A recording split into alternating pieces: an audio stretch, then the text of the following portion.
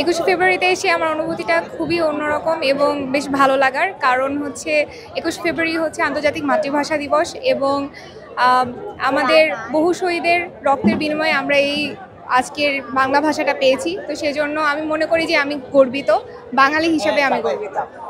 আমরা বিগত বছরের 21শে ফেব্রুয়ারি আর 24-এর 21শে ফেব্রুয়ারিটা কিভাবে দেখেন?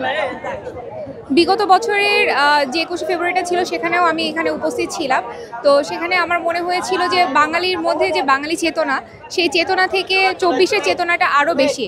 কারণ আপনি জানেন যে কয়েকদিন আগেই হচ্ছে আমাদের 8 জুলাই অভ্যুত্থান হয়েছে এবং সেই অনুযায়ী আমি মনে করি যে বাঙালিদের মধ্যে যে চেতনাটা সেটা আরও বেশি করে কাজ করছে। সালে শহীদদেরকে যেভাবে শ্রদ্ধা ভরে স্মরণ করি বা তাদেরকে যতটা মর্যাদা ভরে আমরা তাদেরকে স্মরণ করি, 1952 সালের শহীদদেরকে আমরা ওভাবে স্মরণ করি না এবং তাদেরকে ওভাবে মর্যাদাও দেওয়া হয় না।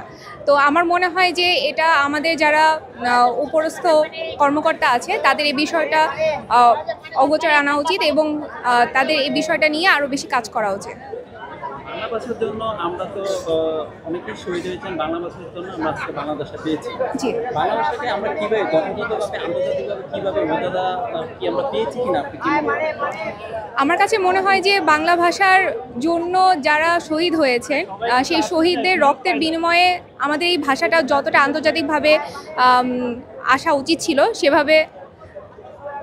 সেভাবে আসেনি। তো আমরা এটাকে আন্তর্জাতিকভাবে আরও তুলে ধরার চেষ্টা করতে পারি, যেমন আমরা বিভিন্ন সোশ্যাল মিডিয়াকে কাজে লাগাতে পারি, বিভিন্ন আর্টিকেল লিখতে পারি এবং এভাবে আমরা হচ্ছে ভাষাটাকে আরও আন্তর্জাতিক মানে গড়ে তুলতে পারি।